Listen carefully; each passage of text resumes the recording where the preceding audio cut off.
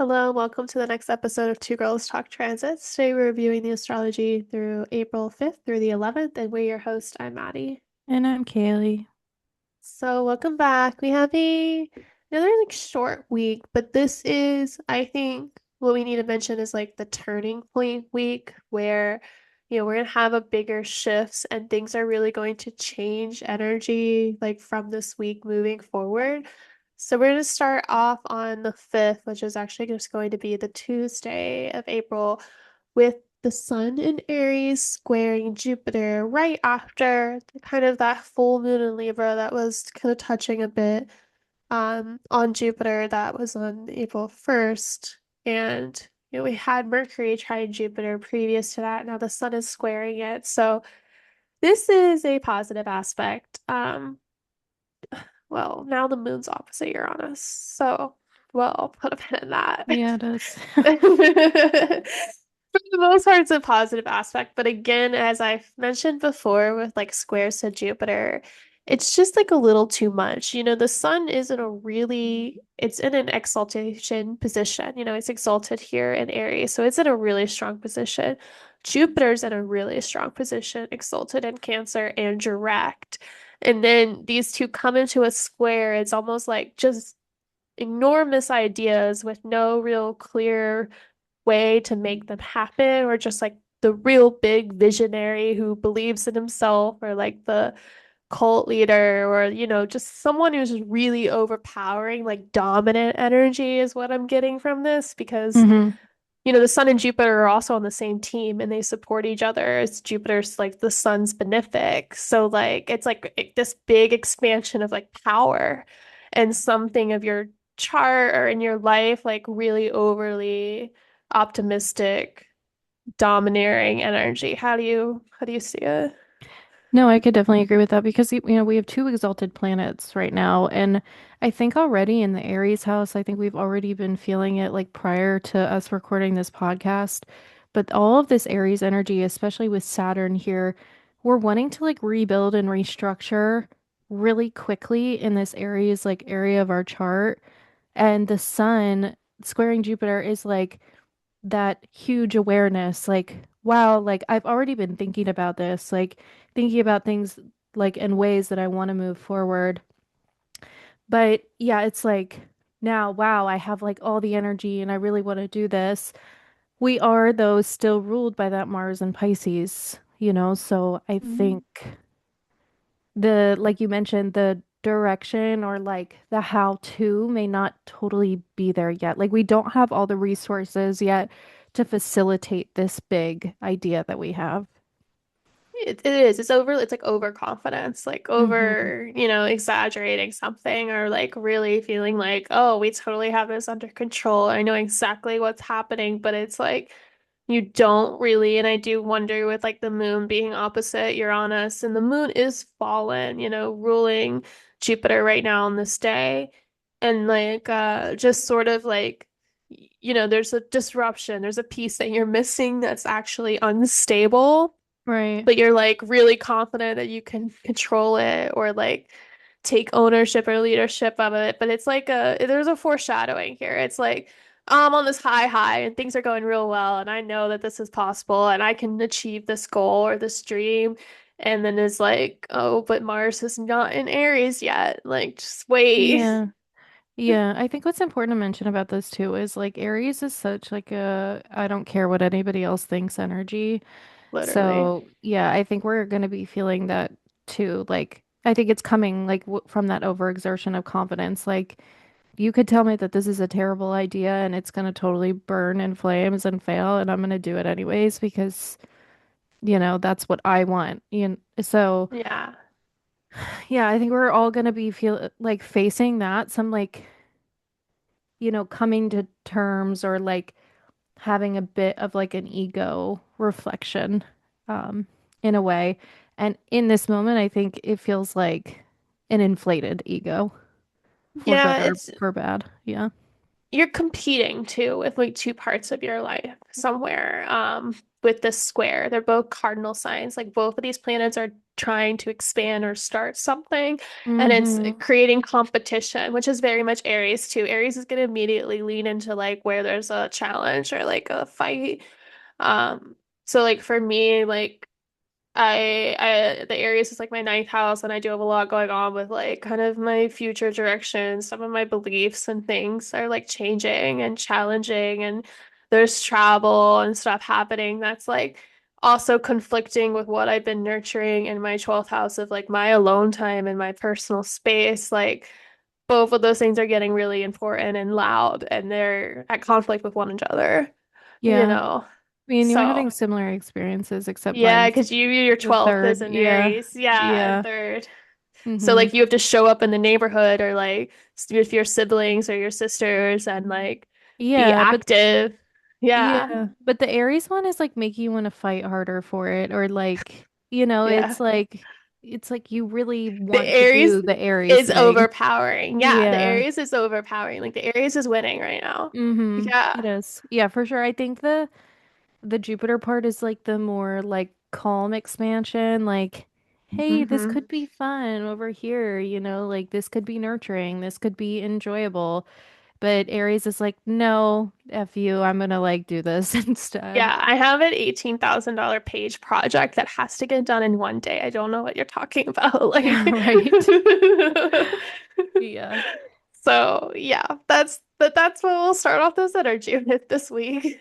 Yeah, for sure. And I think it's gonna continue like that energy of like feeling like you want to do something or bring something forward. Hold on, I gotta switch. Um, I mean, we don't have anything but like lunar transits through from the 5th to the 8th, so we can kind of go back a little bit. So the sun or the moon will move from Scorpio into Sag, which will, I think, be nice, except it's going to like move into a square with Mercury and Mercury and Mars. Mars, yeah, that will Yeah. probably be closer to the 7th as the moon squaring Mars into the 8th. Into the Yeah, 8th. yeah, yeah, early morning of the 8th. So a little bit Yeah. of conflict there, just touching. And I mean, Mars is ramping up energy. Mm-hmm. I It mean, is for sure. Yeah. And, with this like ramping up of energy, I think this transit kind of comes in at a perfect time where we have Mars making a sextile to Uranus. I think like as, Mars is bidding farewell to Pisces, I think we're getting this message of like, how do I want to act differently? How do I want to do things differently than I've done them? I have this big idea. Now it's my opportunity to start moving differently. And this is like the very first inclination of that. And then Mars will like continue to move in Aries, so we get the opportunity to like change action. Um, but yeah, I think this like story kind of plays out and makes a lot of sense. yeah, it's like the Sun squaring Jupiter earlier in the week is like this really big ego boosting idea or like direction or, an expansion of self and like belief of self. And then the moon was also a little bit opposite Uranus that time. And so now Mars coming into this sextile with Uranus is like really aligning your actions with that sort of idea or growth or like where you want to try and take a risk, you know? Hmm. And it's like doing something a little differently or just kind of stepping outside the box and taking a little bit of a like, oh, I'm gonna jump and try this fight now because I feel really good about it. But what Mars doesn't know is there's conflict right around the corner. But at Hmm. this moment, like it does feel like at least the start of this week, before Mars does get into Aries, is a really good week to be getting things done. Like you definitely have a lot of energy and like will to do that. I think so too. Yeah. I think this is definitely great energy for like just doing things in general. Um, Right. on a side note, like exercise could also be really nice during this time. And I think it's interesting to note too, like the only thing we have left to make an aspect to um this Uranus and Taurus is Mercury.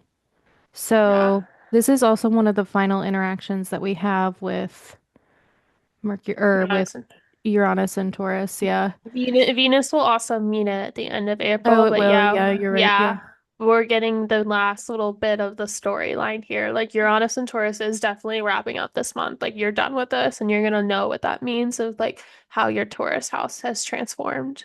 Yeah, and I think collectively, like Uranus and Taurus has brought up a lot of financial stuff. I Yeah. think we are going to see some of that continue Yeah. We're with, gonna see a lot of that yeah, crash. Yeah. yeah, with Mars making a sextile here.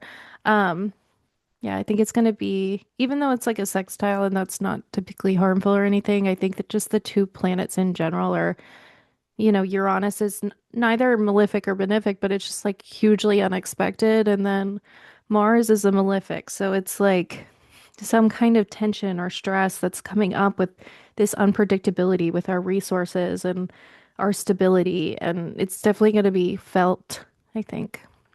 Yeah. And I don't know a ton about the degree theory, but the 29th degree has always been like a very volatile considered degree because it's the last degree of that sign. And Right. so it's like these last things that haven't happened yet or haven't quite materialized just all of a sudden start coming out of nowhere and like getting the last push to shove, and it's just very loud at this moment.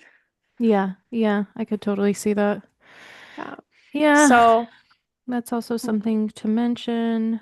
Yeah, yeah. but go ahead. I was just gonna move on. Are you good? Yeah, I'm done. So then, yeah, the last thing is on Thursday, the 9th is later that evening, I think, or so. Mars will then officially be into Aries and yeah, the moon in Capricorn. Cool. So Yeah, I it's don't cool I been hanging was out. I was debating this with Kaleigh, as because like I had my own kind of beliefs about it, and then I listened to the astrology podcast, and they had a very different take.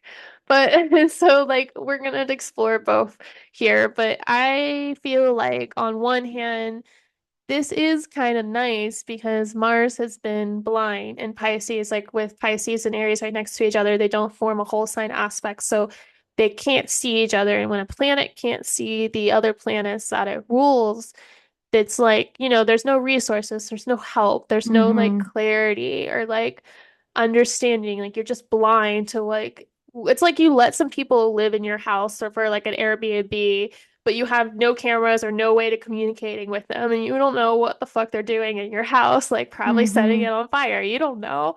Right. And so then Aries comes home and comes to the house and is like, I'm here, y'all. Like, and then all of a sudden it's like, oh, this is what's been going on here. Like, this is what's actually been happening here. Like, things get clearer. So I think that is helpful. But the part that the astrology podcast was really kind of explaining a lot, and I think we'll talk a lot more about it next week, is just like Mars and Saturn together is the most harmful aspect that you can get in astrology. Yeah. This the two malefics, and especially in a conjunction where one of them is a ruler and one of them is fallen, it's like one of the most harmful aspects because you're getting all this intense energy and then things are also falling apart. And Mars and Saturn conjunction, especially in Aries, is very much like having a Ferrari, like fast car, and pressing the gas and the brakes at the same time Mm-hmm. and like destroying the car from like it'll explode, like so Yeah, I think it's I watching things crumble and being able to do nothing about it. It's like because Saturn is your ability to like structure things or like build things and like you just can't. Like, yeah. yeah. Yeah, it is. Like I really do feel like you're really gonna see what is falling apart with Saturn and Aries, like either in your Aries house or with the houses that Saturn rule of Capricorn and Aquarius, which is why it's important to note the moon here in Capricorn, because I do think you're going to see more like with those houses too, like what is just deteriorating. And Mars coming in is now going to want to fight against it. And it's like just increasing the pressure all Mm-hmm. around.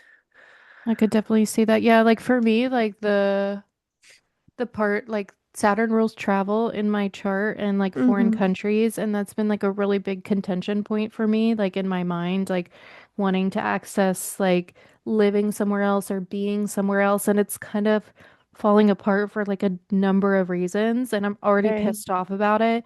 And then Mars coming there is, like you said, like this maybe intense feeling of like, I don't want this to freaking fall apart. Like, I want it to be better. I want it to be accessible. I want it to be built and fine. And just like you mentioned, it's just not possible. It's like this huge conflict that comes in with something you've already been like annoyed about not working.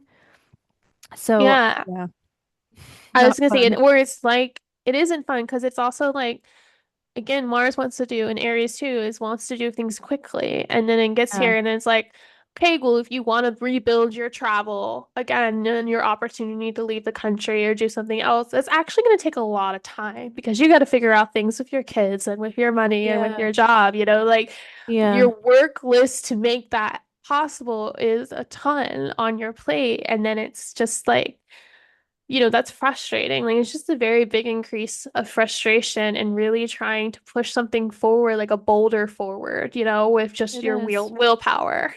I know it is. I've really been noticing this transit too. Like a lot of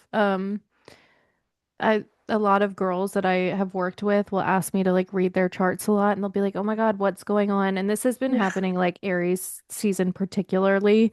And I think because things are so intense, but I have been noticing a lot like this frustration that's coming up with like Saturn and Aries and like wanting things to be different than they are and this like just undertone of like, "Oh my God, is it ever gonna change?"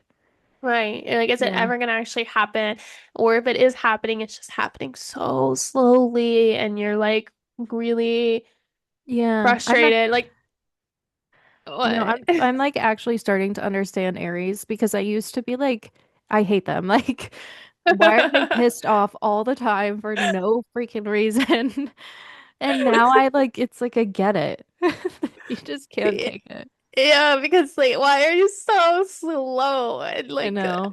I know, and like, I do like I feel like I am trying to build stuff with my Saturn ruled houses, but it's not happening at the pace I want. It's not happening the way I want it to happen. And I'm like having all these limitations and it is just like so frustrating and Mm-hmm. so like anger inducing. And yeah, you just need to like pay attention to that in your chart. Collectively, it's gonna be shit. Yeah, I mean, the Aries part of our house just is not doing great right now. It's just, and No. we feel for all the Aries like suns out there too, but Saturn's there, Chiron's been there for freaking ever, Neptune's there, like we just don't Yeah. have like this directional power that like we want to. And I think all of us are feeling a little bit debilitated by that to some degree. Yeah. Yeah. Unfortunately, you're just gonna have to get used to it though, because this is like all of April. I mean, yeah, Mm-hmm. thank God we have Venus and Taurus. Like, I know damn. it's like the only thing that's like I'm like things could be like things are kind of shitty, but like at least I look Yeah. pretty and like I'm eating good food, like it's Right. like the I've been small eating things. really well. That's true. Since Venus Yeah. has been in Taurus, I've been eating well. Um, Yeah. yeah, I mean, but yeah, you're just gonna have to really get comfortable with this energy. And I just think, like you said, if the whatever the Aries thing in your life is not progressing it the way you want it to, or you're having to fight against it, choose another outlet, like work out or exercise, or just have some another outlet to help you process the frustration. It's the only way forward here. Yeah, I think that's a really good point too, because like if just looking at like singling out Neptune, like if you look at Neptune, I feel like it can like kind of give you the spiritual healing that you need or like what's gonna soothe you in some way. Um, so I think like exercise could be really good or Yeah. movement or Or is a something spiritual practice, like yeah, really getting serious. I have been getting back into my spiritual practices anyway. I've been doing a training and things, and that has been like a way to divert the energy a bit. very ninth house of you. Thank you. I try. Hmm. Good job at leaning into your transits. Doing the best I could Yeah. do. We should have like a badge, like a sticker, like, yay, you won the astrology lottery. Like, listen to your transits. You paid attention. Good Yeah, job. I try. And then I get really frustrated. I'm like, why do I hate everything right now? It's like, I know, oh, I me have too. all these oppositions. Right. That's fine. Well, anything else you want to say for this week? No, no, that's all for now. Yeah, good luck. It will get worse next week. So To have that's fun. all I will say. All right, if you want more content from us, you can follow us on TikTok, Instagram, and YouTube at Two Girls Talk Transits. So we'll see you next time. Bye.